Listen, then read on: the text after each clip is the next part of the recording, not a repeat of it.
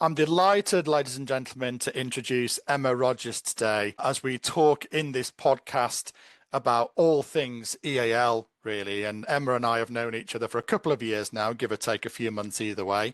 And Emma is really, really recognized as a leader in this EAL space, both as a thought leader, and she also has an outstanding product as well. So I'm delighted, Emma, that you said yes to the podcast invitation. So first and foremost, great to see you. Well, thank you. I'm very honoured to have been asked and delighted to be here. Yeah. Thank you very much indeed. And for everyone listening, today's topic, as I mentioned, is about all things and most things EAL, but in particular, it's about how schools, how teachers and technology can be used effectively to support those EAL students that you have in your schools and multi-academy trusts. And it may be to help them manage and overcome language barriers. It may be cultural differences that they're experiencing and varying levels of English proficiency. So really it's about how technology can be used, to how technology can be considered to be used, and everything in between, really. So we hope that you enjoy the podcast content of today. Emma, just a little bit of your background and experience, please. So for the viewers and the watchers and the listeners today, if you could just set the scene for us a little bit about yourself. So, well, I started my professional life as a teacher, including teaching children with English as a second language. Yeah. I then sort of transitioned into content creation for children when I was raising my own family. Then I had the really interesting experience of moving to another country where English wasn't the language. And so it was almost flipped, and I was now experiencing what those students in England were experiencing. I was having to learn a new language, understand the culture, get settled in. And then finally, the final phase, or maybe not sounds a bit dramatic, but the next phase, the current phase, was developing a resource for supporting children who do not have English as their first language. And that includes children who are learning English as a foreign language, but also children who are in an English-speaking environment, but do not have English as their first language. And we'll be hearing a little bit later on at the end of the podcast about Emma's fantastic product called Little Bridge. But for the time being, Emma, let's start to crunch the content, some specific questions today, if that's okay. So obviously, in your experience as a teacher, but also as a developer of a product, and therefore the owner of a product, Little Bridge, what do you hear from parents, from children, from schools, from MATs, about the key, most common, most frequently highlighted challenges when it comes to supporting and helping EAL learners adjust perhaps to English in UK schools? What are the most common things that you hear time and time again, please, Emma?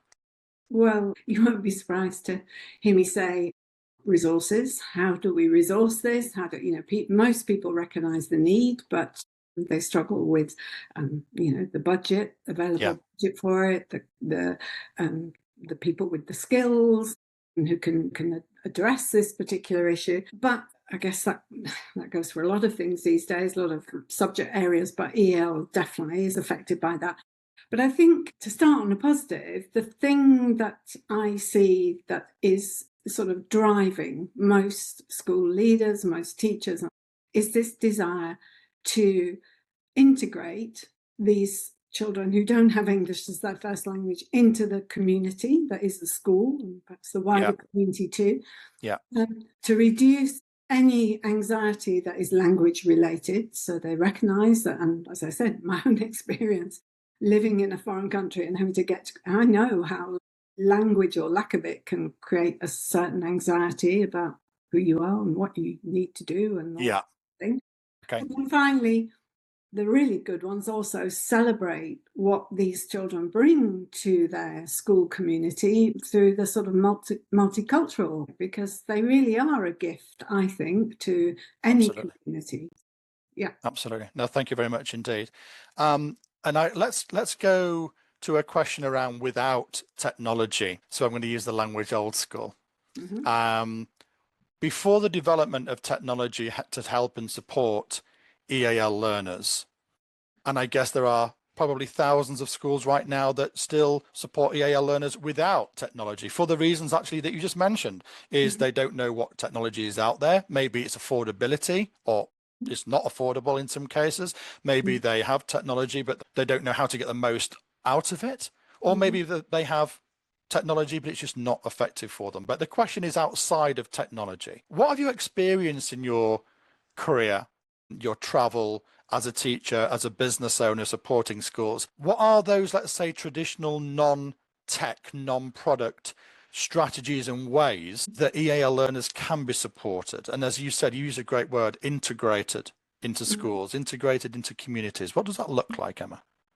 So, I mean, again, obviously I'm passionate about what I'm doing at the moment and really believe that technology is a massive aid to everyone who's engaged in English as an additional language, from students right through to the school leaders. But I do think technology is not the be all and end all, and therefore I think what I would call a multimodal approach is the thing that the best schools are doing, and they're using all kinds of different supports to help them give these children the confidence they need. Because most people are, if you like, their goal at the end is to reintroduce these children into the mainstream, if you like. So there's almost inevitably they're going to have to be taken aside and given this additional support. But the ideal is when they're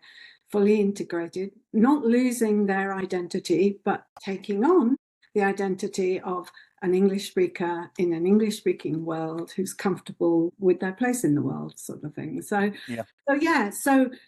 things like using lots of different kind of prompts and visual things, understanding how to make sure that that's the simple communication that just to make sure that they can function, and a lesson, if you like, or a session can function.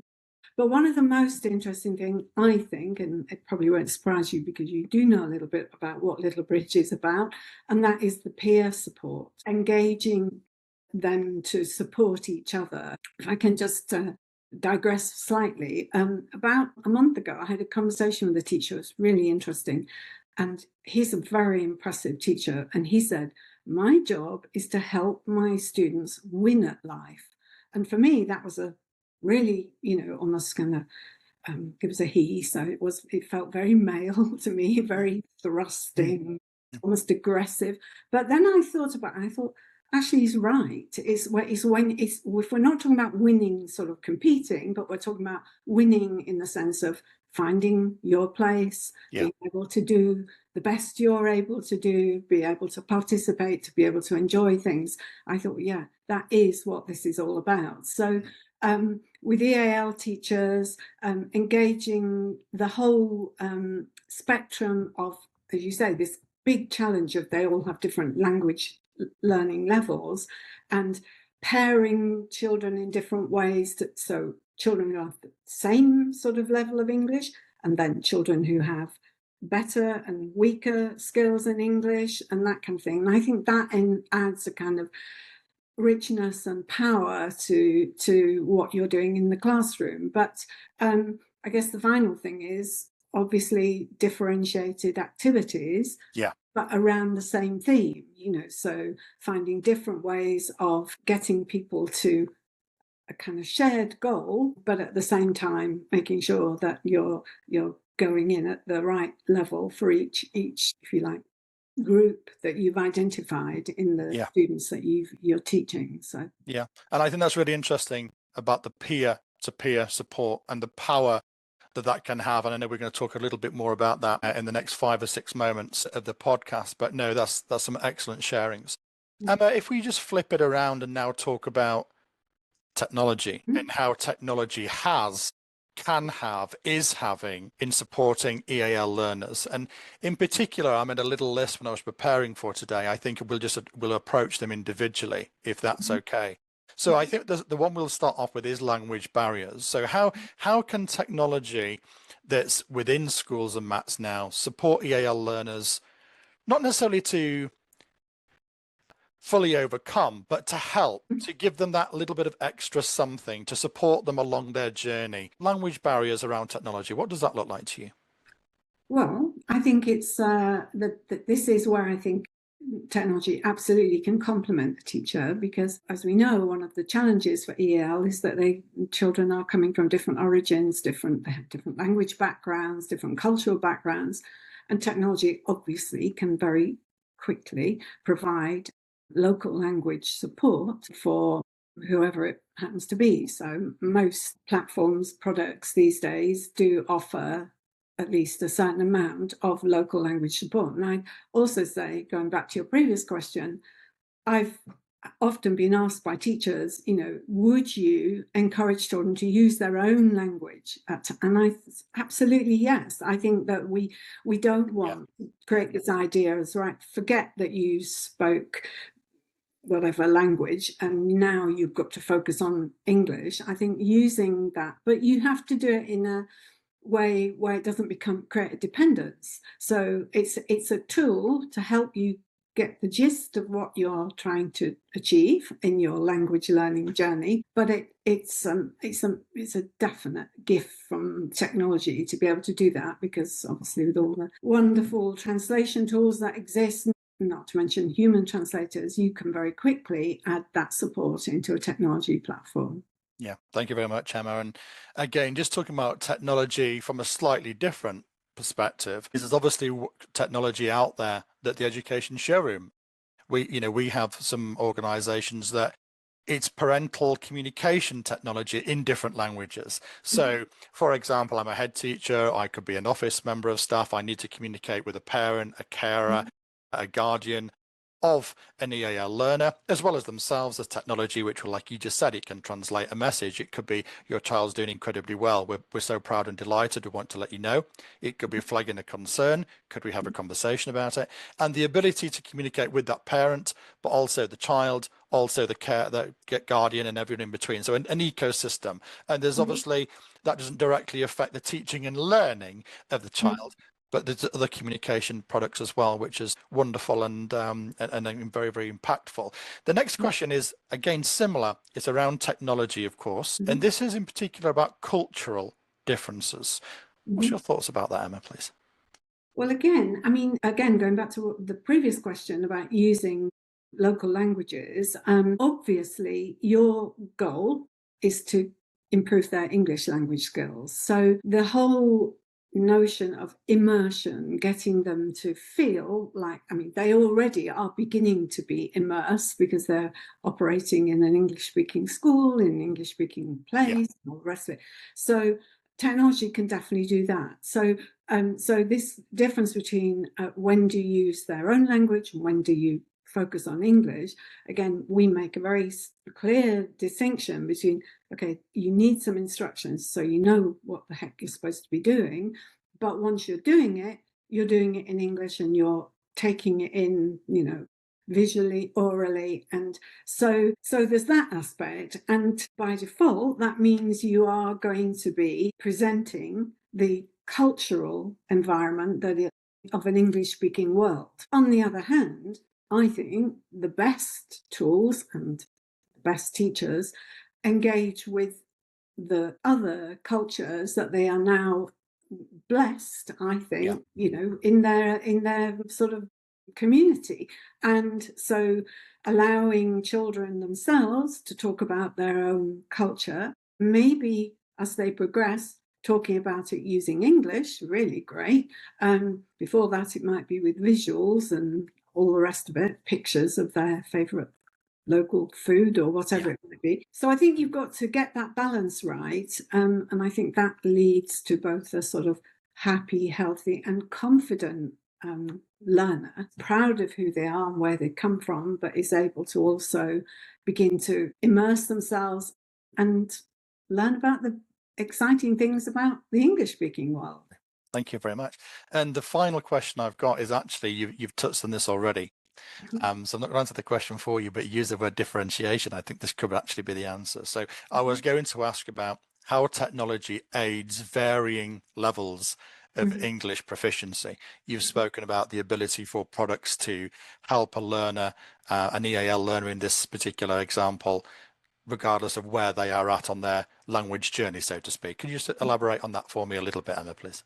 Yeah, well, again, I think this is one of the gifts of a good piece of technology is that it can obviously, it's no doubt got a whole bank of resources. It's got a whole series of themes and topics and all the rest of it. And it can then channel the right level of activity within those themes and topics and language areas to a child's ability. And obviously, with AI now, that's becoming even more targetable, if Yeah. you like. And yes, I mean, a good piece of technology will support differentiated learning. As I say, it's that balance of keeping everybody together and on a track and feeling like they're doing not the same thing, but they're in the same sort of area, but they're doing it at their level and hopefully progressing up and next time they're doing something they can actually do it with a slightly more challenging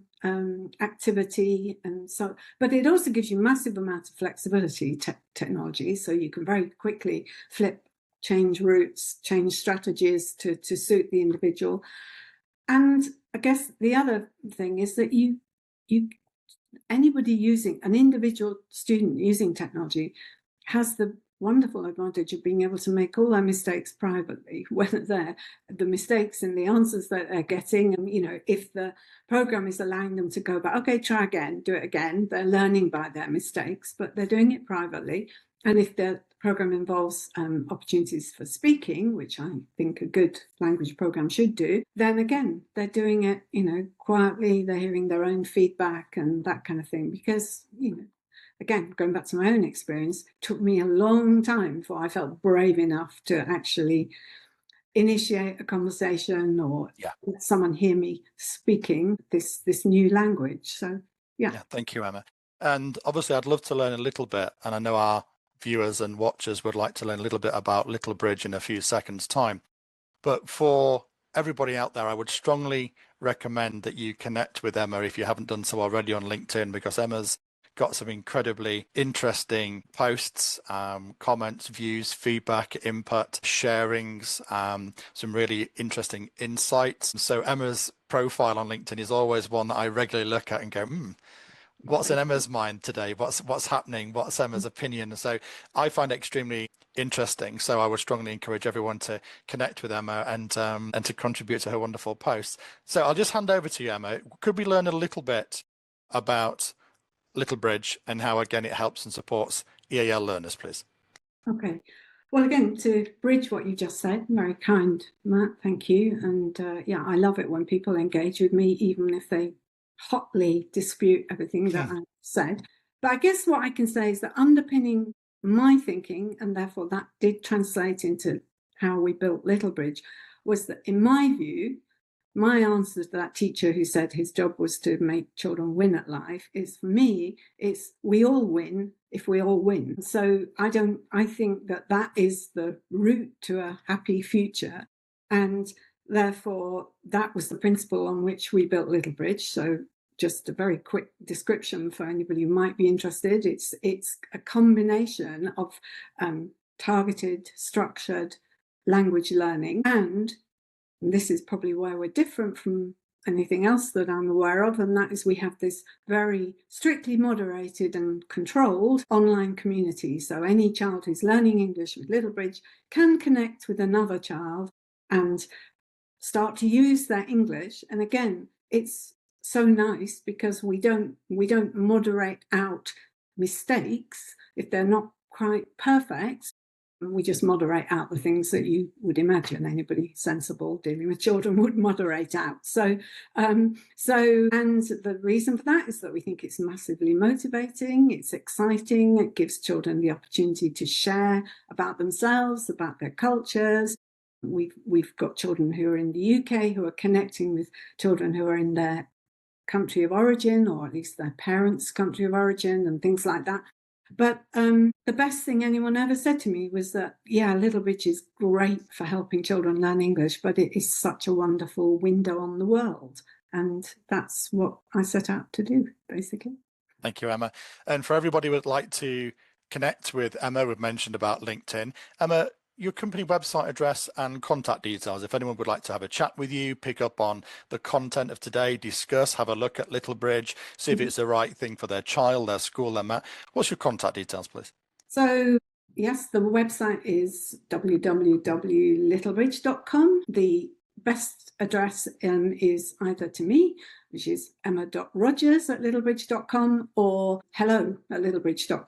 You will definitely get a response. And can I just say that if anybody at all is interested, please don't allow, we started off talking about this, costs to be the big barrier. Our goal is to help as many children as we can. That makes life worth living. So we will always look at your specific needs and your budget and see what we can do. So don't allow costs to be the barrier to approaching Littlebridge. Thank you very much indeed. Viewers, listeners, thank you very much indeed for tuning in, listening to this podcast. We'd love, as always, to hear your feedback on it, your comments, your thoughts. And we'd also love to hear what podcasts you would like us to arrange for you moving forward. So we hope you've enjoyed today's content. Emma, thank you for being today's special guest. We're very grateful. Thank you for having me. Thank you.